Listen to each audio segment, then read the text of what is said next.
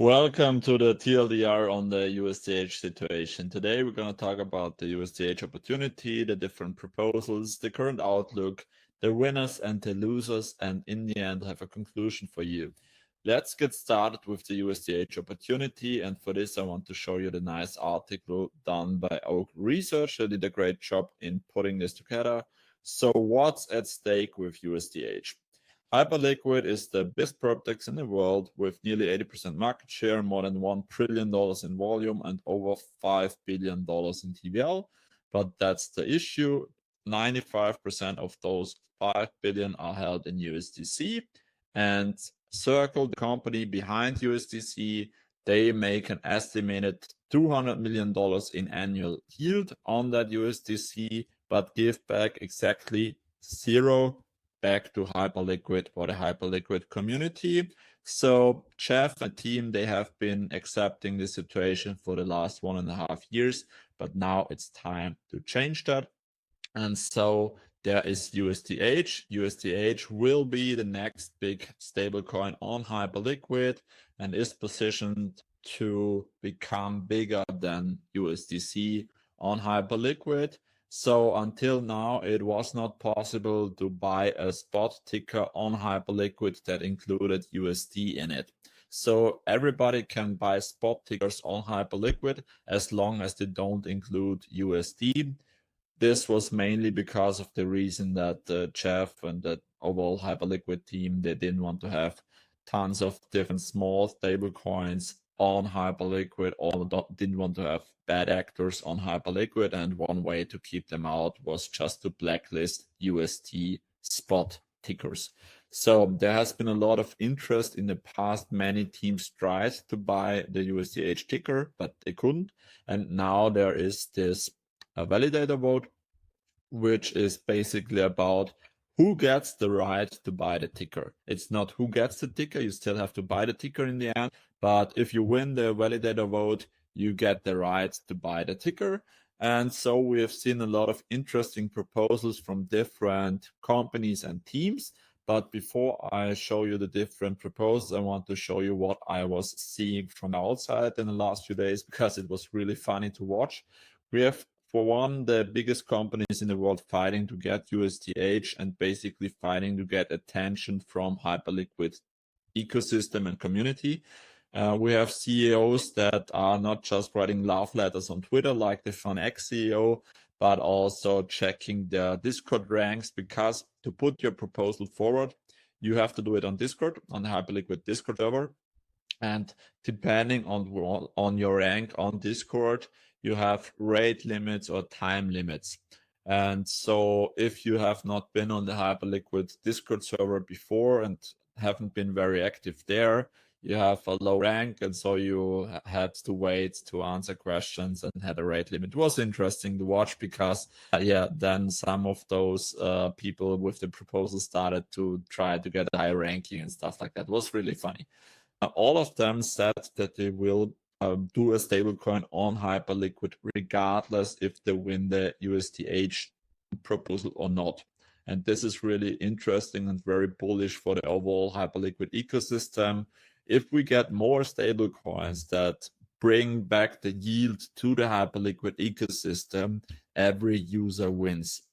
Now we have only Circle as with USDC as stablecoin on Hyperliquid, on Hypercore, and this is just not good for all users, because Circle makes a ton of money and they keep all of it. So they do this on other chains as well, but they have to pay the other chains. They do this on Coinbase, but Circle gives 50% of the revenue to Coinbase, so they can have USDC there. And they don't do that on Hyperliquid. So yeah, nice. It is about time that this changes.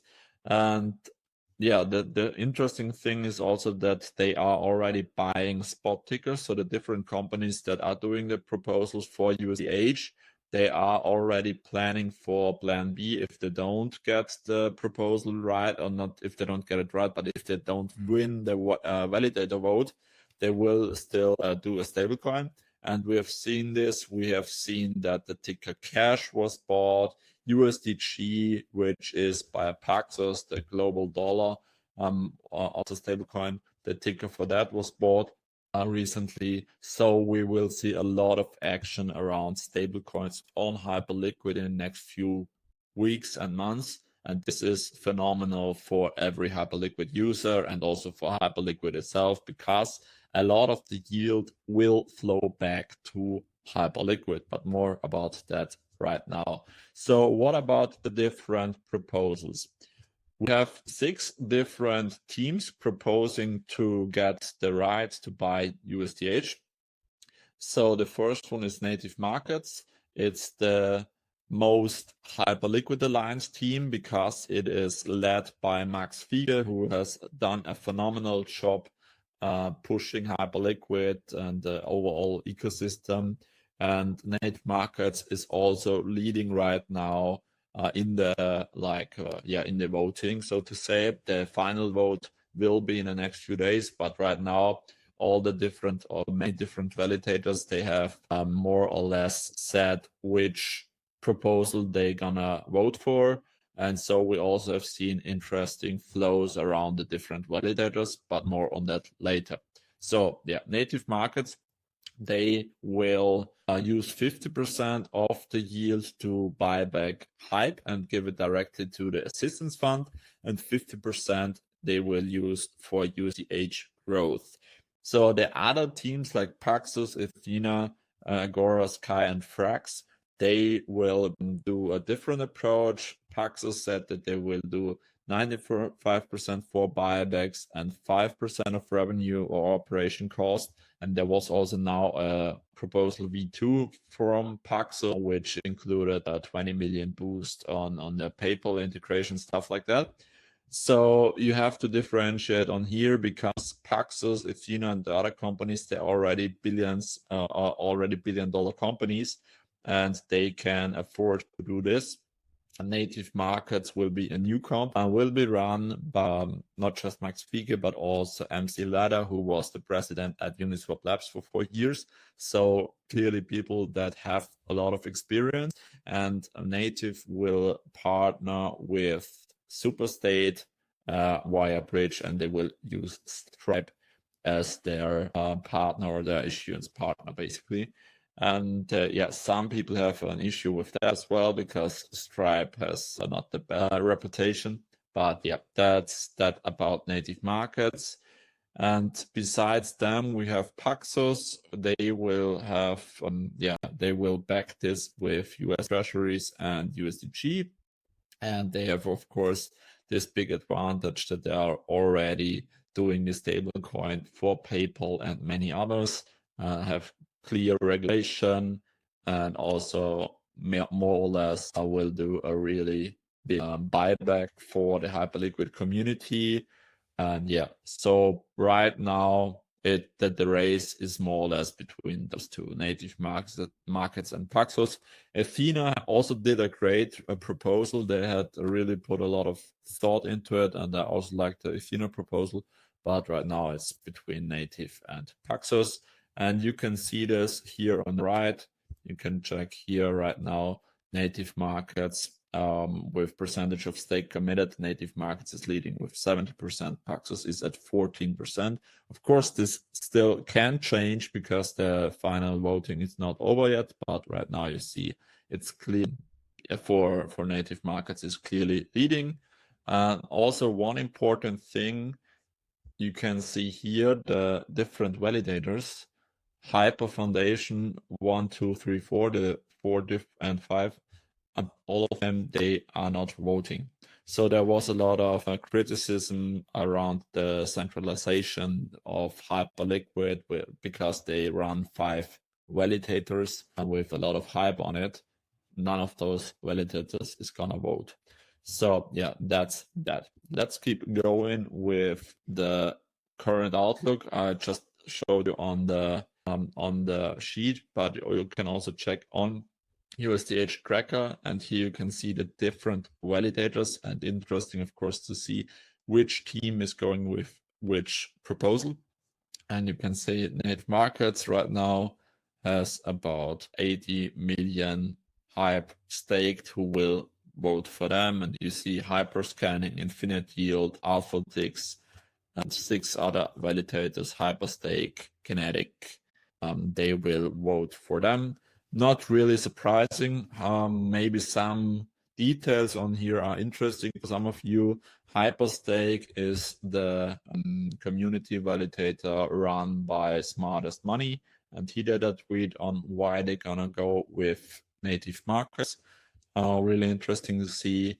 And also, I mean, like that Kinetic and Hyperion is going with native markets is also no big surprise, because Hyperion is a debt company, so DAT, digital asset treasury company for Hype. Max Fiege, the guy who is gonna help with native markets, is also advisor at Hyperion. So no surprise here that they, of course, go with native markets. And yeah, you can see also Paxos Labs with the other different validators. ValiDAO went with them. Purposeful, the validator run by Jan Klimo, went with them. Harvest also, and Falcon and Chorus One, the validator run by FalconX and Chorus One. They voted or gonna vote for Paxos Labs. And of course, you can always check their tweets on why they went with this decision. And then, of course, we also have Ethereum with about 8% right now. ASXN is gonna vote for them, and Imperator.co. Interesting enough, Sky, Frax, and Agora didn't get any votes for now. And this could become like overall this voting, I would say, approach could become a problem in the future, but more on that later. What are the learnings until now? Choose your validators. Who you're staking your hype with matters. And you can choose that either by going directly on Hyperliquid and choose the validator where you stake your hype with and check, who is this validator voting for? Am I happy with that decision or not? Or you can also check if you want to use an LST for that, because it gives you more flexibility with your staked hype. You can check Hyperbeat, because on Hyperbeat, if you stake for BE Hype, you can see here, you can select your validator, and you can decide which validator to stake to. So also interesting to see, and with BE Hype, you can still work with your hype after that, using it as collateral for a landing or stuff like that. So that's that. What else? What are the side effects? We've seen some ticker auctions, and also the tickers, they will get expensive again, because the auction works like this, that the price doubles every day, and then it's more or less a Dutch auction, like it goes down until someone bids. Yeah. So we've seen in the last few days the ticker prices went up a bit, and the more people buy tickers, then also the tickers will get more expensive again. So who are the winners of all of this? Of course, the Hyperliquid users, because we want more competition, we want more yield on USDH, and ways for the different teams to give back to the Hyperliquid ecosystem. Every hype holder, because also this benefited not just the hype price for now, but it all was a good driver for people to buy more hype, because some of those companies that did the proposal, they bought a bunch of hype and staked it with the validator that will vote for them, which in itself is a bit, but that's how it is for now. Of course, the company that wins the proposal is a winner, obviously. But also I want to mention Tether, because Tether, they decided not to put up a proposal.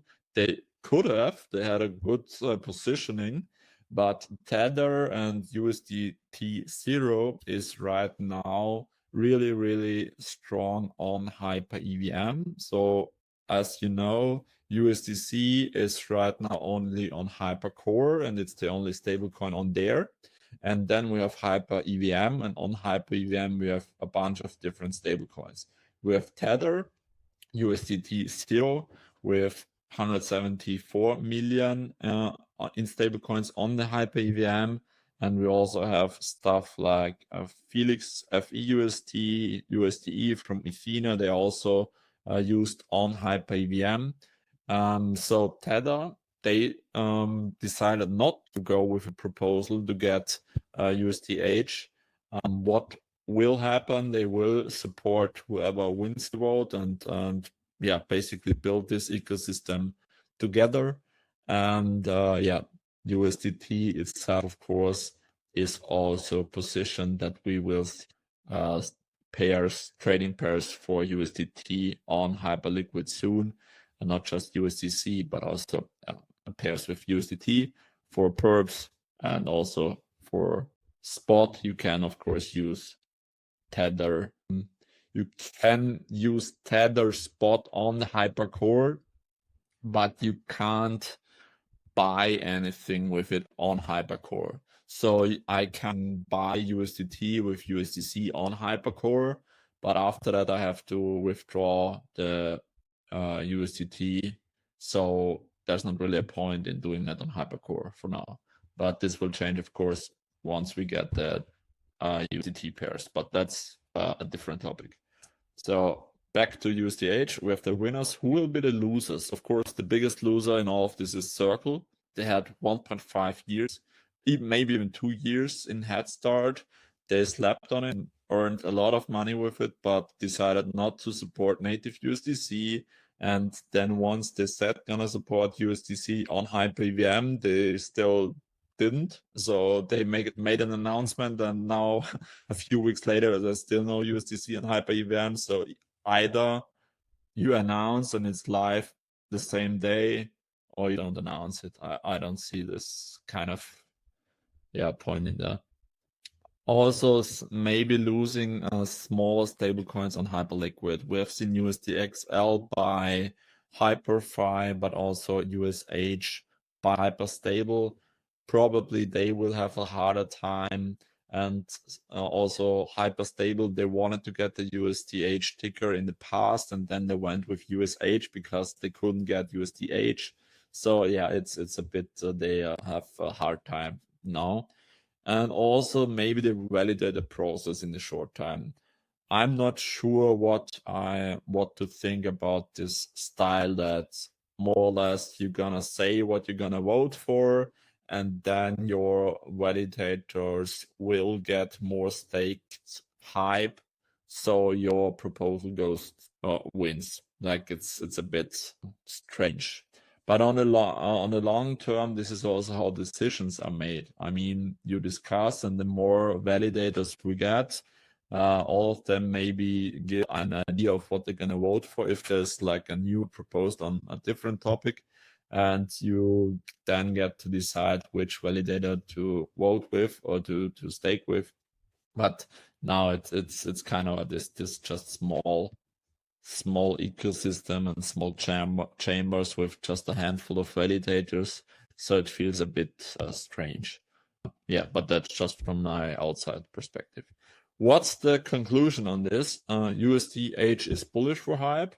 Jeff again played the game theory to perfection, and we are all not bullish enough on Hype because, of course, Hyperliquid wins regardless of who gets the proposal and who gets USDH. Hyperliquid wins in the end. Thank you.